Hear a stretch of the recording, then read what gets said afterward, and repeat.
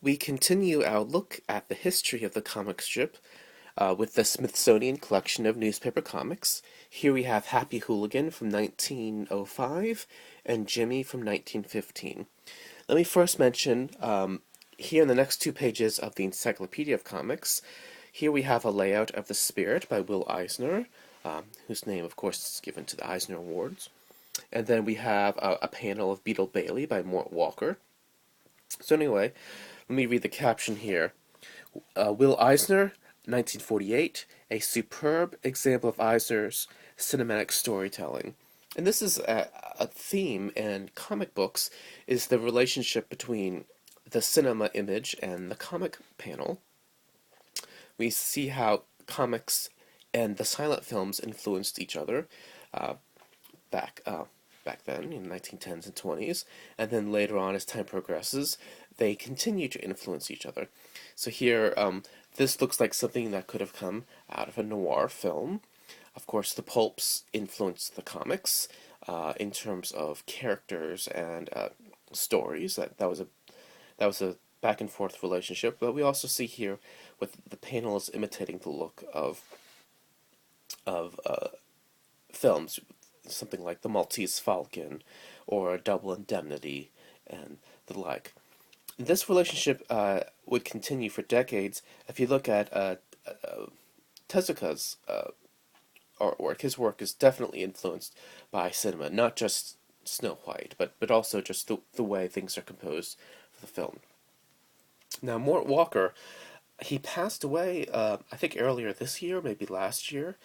Um, we'll look at some Beetle Bailey later on. This is a panel from 1995, which was sort of honorarily given the 100th anniversary of comics, um, even though people can debate that time. But here we see the Yellow Kid.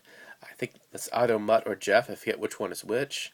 Uh, the Newlywed, Happy Hooligan, Buster Brown, and Crazy Cat. So Buster Brown and the Yellow Kid, of course, both come from Olcott. A salute to the 100th anniversary of the comics. The old-time comic characters were drawn with the assistance of Bill Yannicka. Alright, so Happy Hooligan in 1905. So this is very much a slapstick comic. Once again, we have a title. This sort of sets up the sequence. And this is a recurring motif in Sunday comics. Later on, this was done for space because this could be removed. I'm not sure that existed at this point. But we still have this little logo, comic supplement of the New York American and Journal. And that also reminds us that what we considered newspapers were a lot more versatile back then. Back then, newspapers were basically a combination of news, journals, magazines, artwork, and gossip. Whereas the focus of newspapers became more limited later on, and that's why newspapers started struggling in the 1950s, because they didn't really adapt to the changing world. Um, so long before the internet came around, newspapers were having trouble. Anyway, something that's interesting about this sequence is look at the shape of these panels. They are tall and vertical, and so this tells us this is for a certain type of story, and this is the story where um, maybe this is Gloomy Gus and that's Hooligan, or vice versa. I'm not sure which, but we see he's going to the House of Lords, and he does some shenanigans, and he falls down and hits this guy.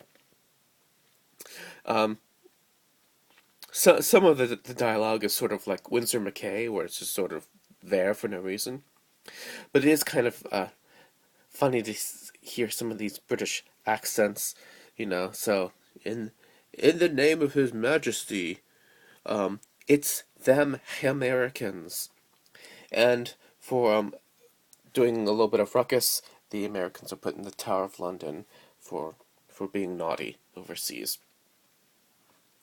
Okay, and then I don't really know anything about this strip, Jimmy, but once again we have the motif of the German accent, because until World War One, there were a lot of German influence in American culture, a lot of German and a lot of Irish influence, and both of those faded away. And one way where we really see that is with sort of the vaudevillian dialect.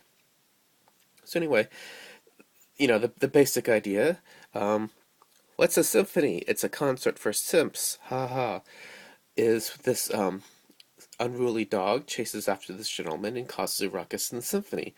This actually reminds me of a Disney cartoon in, I want to say maybe the early 30s, where Mickey is conducting a symphony and Donald Duck is interrupting him, and then a tornado comes. So it's some of that same humor. It's a little harder to follow in this format because this person is rigidly following a 12-panel format, and I feel like there should be panels in between. For instance, there should be some transition where he kicks, and then the dog flies to the air, and then what is this guy doing? Something should happen in between here. The one panel I really like is here, where it's the chaos of the band members trying to capture the dog, and here we see instruments and people and dogs sort of all mixed together, and this is reminiscent of perhaps a sort of a Picasso piece, where one image can be several things at once. An instrument can be a dog, can be some people, and it's all sort of dreamlike, and that something can be many things at once. Anyway, tomorrow we will look at some early Little Nemos, which we have not seen in my calendar books. This is going to be a treat. And in the next page of the encyclopedia, we'll have a few other early strips to study. All right, I will talk to you later. Goodbye.